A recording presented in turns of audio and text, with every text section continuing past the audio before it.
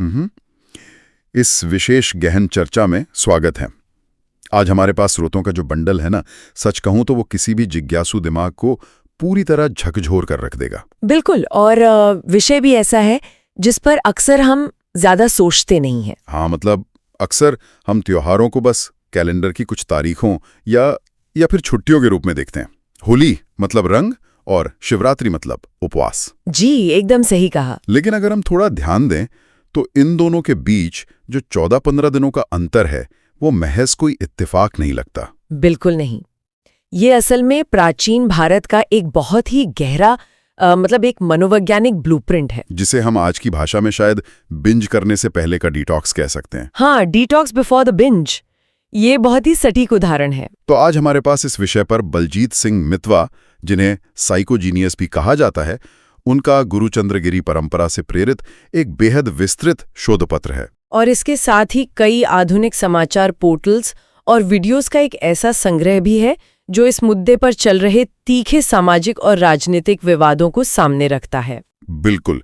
तो हमारा उद्देश्य यहाँ मतलब श्रोताओं को स्पष्ट कर देना जरूरी है कि हमारा उद्देश्य किसी एक मान्यता को सही या गलत ठहराना नहीं है। एकदम सही। हम बस उन स्रोतों के भीतर छिपे दार्शनिक और अकादमिक तथ्यों को डिकोड कर रहे हैं। क्योंकि जब वसंतोत्सव या होली की बात होती है तो विमर्श अक्सर केवल हिरण्यकश्यप प्रहलाद की कथा या रंगों तक ही सीमित रह जाता है। लेकिन जो बलजीत सिंह मितवा का शोध पत्र है वो हमें इस पूरी प्रक्रिया को शैव और वैष्णव परंपराओं के चश्मे से देखने का एक बिल्कुल नया नजरिया देता है। और ये नजरिया सिर्फ आस्था तक सीमित नहीं है। हाँ, आस्था आधारित व्याख्याएं अपनी जगह बहुत मूल्यवान हैं, लेकिन जब हम मूल ग्रंथों यानी जो टेक्स्ट बेस्ड प्रमाण हैं उनका विश्लेषण करते हैं तो एक अलग ही तस्वीर दिखती है। शिवरात्रि और होलिका दहन के बीच एक बहुत ही स्पष्ट और क्रमिक आध्यात्मिक यात्रा। बिल्कुल। ये जो क्रमिक यात्रा वाली बात है ना, ये बहुत दिलचस्प है क्योंकि शोधपत्र में शिवरात्रि चतुष्टय का जिक्र किया गया है, यानी शिवरात्रि के 4 स्तर। हाँ,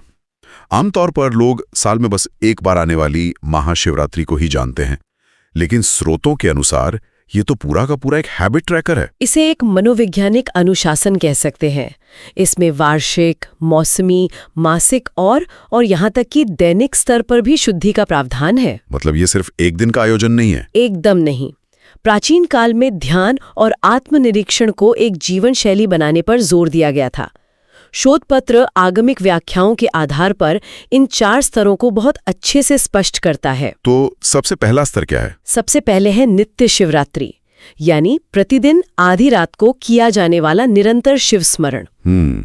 दिन भर के कोलाहल के बाद। हाँ, जब अवचेतन मन पूरी तरह शांत होता है तब वह नित्य शुद्धि का समय है।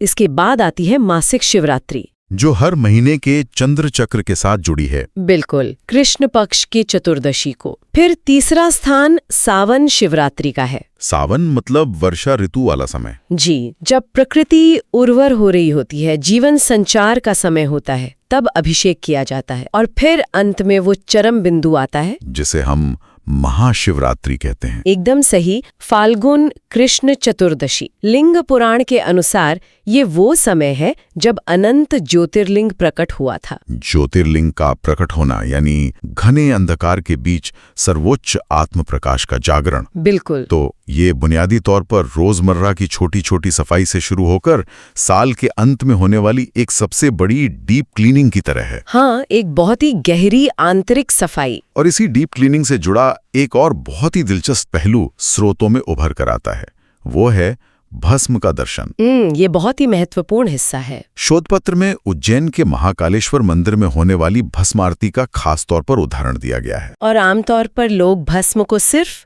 राख समझ लेते हैं। हाँ, बस जली हुई लकड़ी। लेकिन दर्शन के स्तर पर इसका जो मनोवैज्ञानिक अर्थ स्रोतों में बताया गया है वो बहुत गहरा है।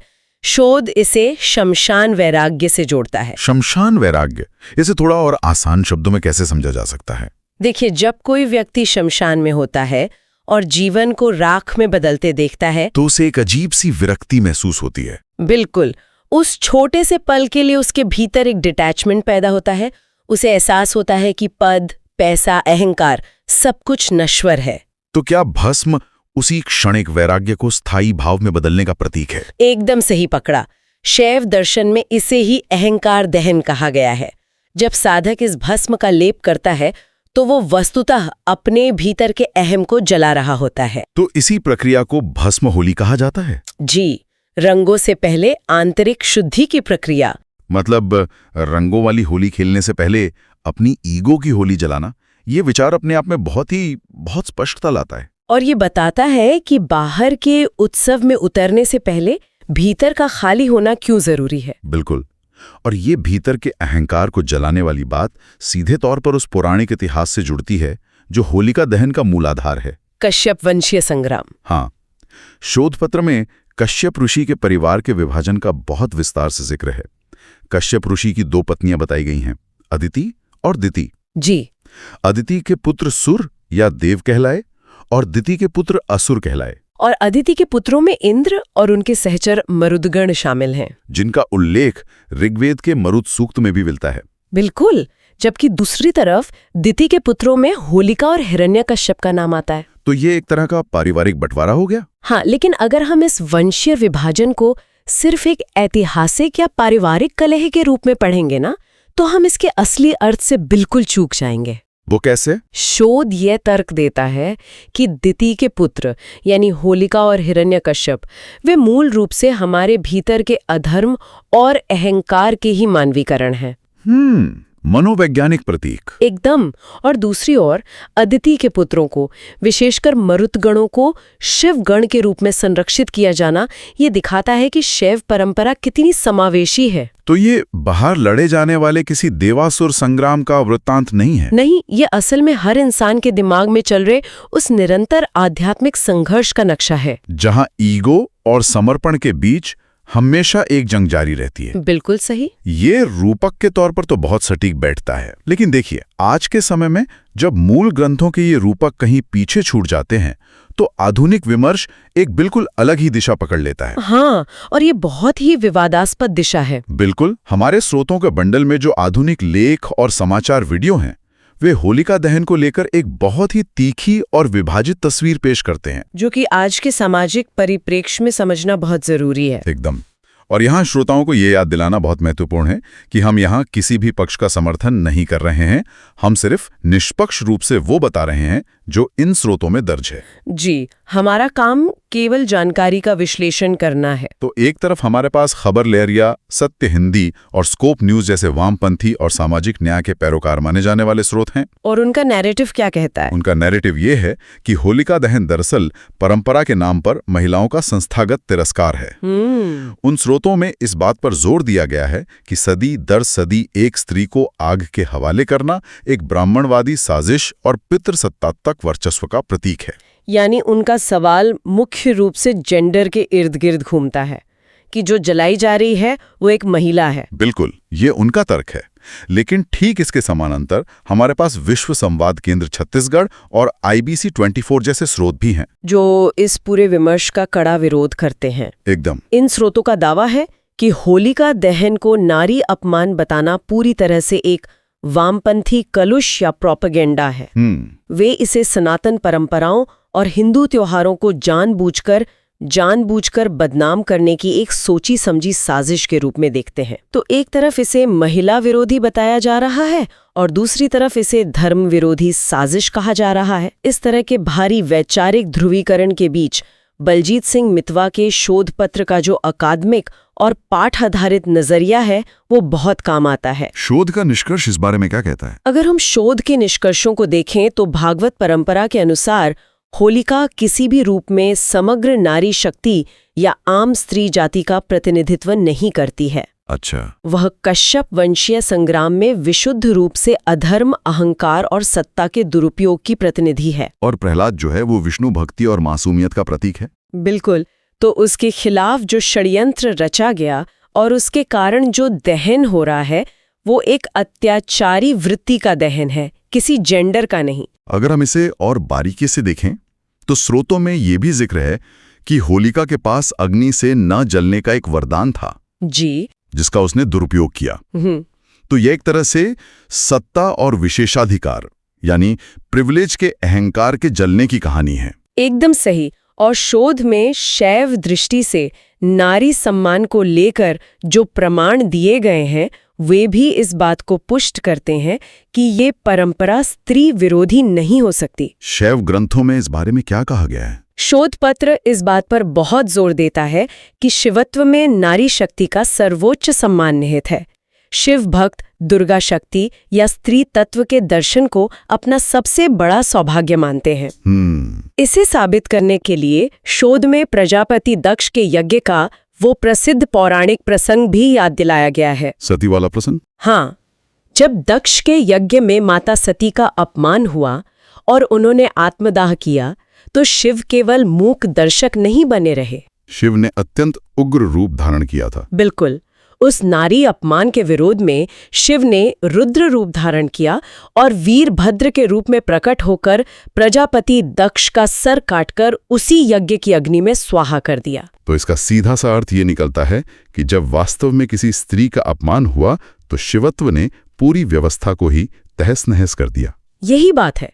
ऐसे में होलिका दहन को अकादमिक या शास्त्रीय दृष्टि से नारी शक्ति का दहन मानना तार्किक रूप से मेल नहीं खाता। ये अधर्म का ही प्रतीक है। अकादमिक साक्ष्यों के आधार पर तो यही निष्कर्ष निकलता है। अब इस अधर्म दहन के तुरंत बाद एक और बहुत बड़ी घटना घटती है जो स्रोतों में विस्तार से वर्णित है और जो शैव और वैष्णव दर्शन के आपसी संबंधों को बहुत ही नाटकीय ढंग से सामने लाती है। होलिका के जलने के बाद हिरण्यकश्यप के वध का समय आता है। जी, वो प्रसंग तो सच में किसी हाई ऑक्टेन एक्शन फिल्म के क्लाइमैक्स जैसा है। भगवान विष्णु खंबे को फाड़कर नृसिंह अवतार में प्रकट होते हैं। आधा मनुष्य और आधा शेर का स्वरूप। बिल्कुल। ये अवतार हिरण्यकश्यप के उन सभी वरदानों को निष्प्रभावी करने के लिए था कि उसे न दिन में मारा जा सके, न रात में, न अस्त्र से, न शस्त्र से। तो नृसिंह भगवान ने उसे गोधूली वेला में अपनी जांघ पर रखकर अपने नाखूनों से चीर डाला। लेकिन स्रोतों के अनुसार कहानी यहां खत्म नहीं होती। नहीं। हिरण्यकश्यप के वध के बाद भी नृसिंह का वो उग्र प्रचंड क्रोध शांत नहीं हुआ। उनकी वो ऊर्जा इतनी भयंकर थी कि पूरी सृष्टि में हाहाकार मच गया। त्राहिमाम की स्थिति पैदा हो गई। और यहीं पर शैव ग्रंथों में वर्णित शरभावतार का प्रसंग आता है। शरभा अवतार? हाँ, जो कि हरिहर समन्वय यानी हरि जो विष्णु है और हर जो शिव है, उनके मिलन का एक बहुत ही अद्भुत उदाहरण है। ये कैसे हुआ? शैव पाठ बताते हैं कि जब नृसिंह का क्रोध किसी भी तरह शांत नहीं हो रहा था, तब शिव ने शरभ का रूप धारण किया। ये शरभ का स्वरूप कैसा होता है? ये एक ऐसा पौराणिक स्वरूप है जो शेर से भी अधिक शक्तिशाली, 8 पैरों वाला और पंखों वाला जीव माना जाता है। बाप रे। लेकिन सबसे दिलचस्प बात यह है कि शिव ने शरभ रूप में आकर नृसिंह के साथ कोई युद्ध नहीं किया। कोई लड़ाई नहीं हुई? नहीं, इसके बजाय उन्होंने अपने विशाल पंखों और वात्सल्य से उस क्रोधित नृसिंह को अपने आगोश में एक गहरे आलिंगन में छुपा लिया। ये तो कुछ ऐसा हुआ कि किसी बहुत ही तनावपूर्ण और हिंसक दिन के बाद जब कोई व्यक्ति गुस्से से उबल रहा हो, हाँ, तो उसे शांत करने के लिए कोई तर्क या लड़ाई काम नहीं आती।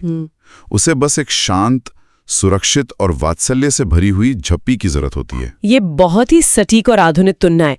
शिव ने ब्रह्मांड के सबसे उग्र अवतार को बस अपने प्रेम से शांत कर दिया। ये बहुत ही सुंदर विचार है। और उस वात्सल्यपूर्ण आलिंगन का परिणाम ये हुआ कि नृसिंह का सारा क्रोध और उग्रता पिघल गई। वे वापस अपने शांत सौम्य विष्णु स्वरूप में लौट आए। तो ये प्रसंग इस मिथक को पूरी तरह तोड़ देता है कि भारतीय दर्शन में शिव और विष्णु के संप्रदाय एक दूसरे के प्रतिद्वंदी हैं। एकदम। यहाँ शिव विष्णु को वश में जरूर कर रहे हैं, लेकिन बल या अहंकार से नहीं, करुणा और प्रेम से। दोनों एक ही परम सत्य के दो पूरक हिस्से हैं। जी। और यही पूरकता, यही एक दूसरे के साथ जुड़ना हमें वापस उसी कैलेंडर पर ले आता है जिससे हमने शुरुआत की थी। शिवरात्रि और होली का समय। हाँ, फाल्गुन कृष्ण चतुर्दशी की महाशिवरात्रि और उसके ठीक 14-15 दिन बाद फाल्गुन पूर्णिमा की होली। एक तरफ भस्म और वैराग्य तो दूसरी तरफ रंग और उल्लास। शोध पत्र इस अंतराल को एक क्रमिक मनोवैज्ञानिक विकास के रूप में समझाता है। यानी वो जो डिटॉक्स वाला हिस्सा है। बिल्कुल। महाशिवरात्रि आत्मजागरण का वो बिंदु है जहां व्यक्ति भस्म के माध्यम से अपने अहंकार, अपनी पद प्रतिष्ठा के गुमान को जलाकर राख करता है। वो शमशान वैराग्य के जरिए खुद को भीतर से पूरी तरह खाली करता है। ग्रंथों का तार्किक प्रवाह ये कहता है कि जब कोई साधक इस वैराग्य की भट्ठी से गुजरकर अपनी शुद्धि कर लेता है, केवल तभी वो उस अवस्था में पहुंचता है जहां वो पूर्णिमा के उत्सव, अग्नि, रंग और समावेशन का सच्चा आनंद ले सके। ये एक बहुत ही तार्किक क्रम लगता है, लेकिन क्या शोध यहाँ कोई सीमा भी खींचता है? क्या पाठ आधारित प्रमाण इन दोनों को एक ही त्योहार मानते हैं? यह बहुत अच्छा सवाल है। नहीं, शास्त्रीय ग्रंथों के अनुसार होली महाशिवरात्रि का सीधा या प्रत्यक्ष अंग नहीं है। ये दोनों स्वतंत्र रूप से विकसित हुए पर्व हैं। अच्छा, दोनों अलग हैं? हाँ, उज्जैन और अन्य स्थानों पर जो भस्म होली खेली जाती है, वो एक बहुत ही सशक्त और सुंदर प्रतीकात्मक परंपरा है जो इन दोनों दर्शनों को जोड़ती है।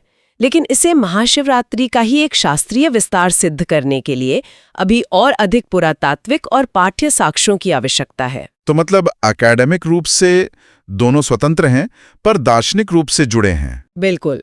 दार्शनिक और मनोवैज्ञानिक स्तर पर ये दोनों एक अटूट निरंतरता बनाते हैं, पहले शुद्धि, फिर उत्सव। तो आज के इस पूरे विश्लेषण को अगर हम समेटें तो हमने कई परतें उधेड़ी हैं। हमने देखा कि कैसे शिवरात्रि केवल एक दिन का उपवास नहीं, बल्कि आदतों को सुधारने का एक 4 स्तरीय चक्र है। और हमने भस्म के असली अर्थ, शमशान वैराग्य को भी समझा। कश्यप वंश के रूपक से ये जाना कि असली देवासुर संग्राम हमारे दिमाग के भीतर चल रहा है। और सबसे महत्वपूर्ण बात, हमने होलिका दहन पर चल रहे आधुनिक लेफ्ट और राइट विंग के विमर्शों को स्रोतों के चश्मे से देखा। और ये पाया कि अकादमिक रूप से ये नारी अपमान नहीं, बल्कि विशुद्ध रूप से सत्ता के अहंकार और अधर्म का नाश है। सती और वीरभद्र के प्रसंग ने नारी सम्मान पर शैव दृष्टि को बिल्कुल स्पष्ट कर दिया। और अंत में नृसिंह और शर्भावतार की कथा ने हमें सिखाया कि परम शक्ति भी प्रेम के आगे कैसे नतमस्तक होती है। सच में ये पूरी चर्चा हमें ये सोचने पर मजबूर करती है कि हमारे पूर्वजों ने मानव मनोविज्ञान को कितनी गहराई से समझा था। बिल्कुल। जब आज के समय में हर तरफ सूचनाओं का शोर है, हर परंपरा को लेकर एक वैचारिक युद्ध छिड़ा हुआ है, तब ऐसे अकादमिक अध्ययन हमें मूल संदर्भ की ओर लौटने का रास्ता दिखाते हैं। ये त्योहार केवल कर्मकांड नहीं है, ये इस बात का नक्शा है कि इंसान को अपना जीवन कैसे संतुलित रखना चाहिए, कब उसे खुद को भस्म करना है और कब उसे रंगों में भीगना है। और शायद यही संतुलन आज की भागदौड़ भरी जिंदगी में सबसे ज्यादा गायब है। हम बस उत्सव के रंगों में कूट पड़ना चाहते हैं, बिना इस बात की परवाह किए कि हमारे भीतर कितना मैल या अहंकार जमा है। और यहीं से एक बहुत ही बेचैन करने वाला विचार जन्म लेता है। वो क्या? देखिए, स्रोतों से साफ है कि हमारे प्राचीन त्योहारों ने मानव चेतना के विकास के लिए एक मनोवैज्ञानिक नक्शा तैयार किया था, जहां उत्सव मनाने या आनंदित होने से पहले आंतरिक शुद्धि और वैराग्य की अनिवार्य शर्त रखी गई थी। लेकिन अगर हम आज के आधुनिक समाज को देखें तो हमने ब्लैक फ्राइडे, मेगा सेल या वीकेंड क्लबिंग जैसे नए त्योहार इजाद कर लिए हैं। हाँ, जो पूरी तरह से कंजम्पशन पे टिके हैं। बिल्कुल। ये आधुनिक उत्सव पूरी तरह से सिर्फ उपभोग और बाहरी शोर पर टिके हैं। इनमें उत्सव से पहले की वह शुद्धि या डिटॉक्स का चरण पूरी तरह से गायब कर दिया गया है। ये तो बहुत गहरी बात है। तो क्या इसका मतलब ये है कि हम अनजाने में ही मानव मनोविज्ञान के उस प्राचीन नक्शे को मिटा रहे हैं? क्या बिना शुद्धि के सिर्फ उपभोग पर टिके ये नए त्योहार ही वह मुख्य कारण है कि आज की पीढ़ी हर बड़े जश्न के बाद खुद को भीतर से और ज्यादा खाली, थका हुआ और अवसादग्रस्त महसूस करती है? क्या हम असल में खुशियां मना रहे हैं या सिर्फ अपने खालीपन को ढकने का शोर मचा रहे हैं? ये विचार तो वाकई किसी को भी गहरे आत्ममंथन में डाल सकता है। क्या हम सिर्फ शोर मचा रहे हैं या सच में उत्सव के योग्य बन रहे हैं?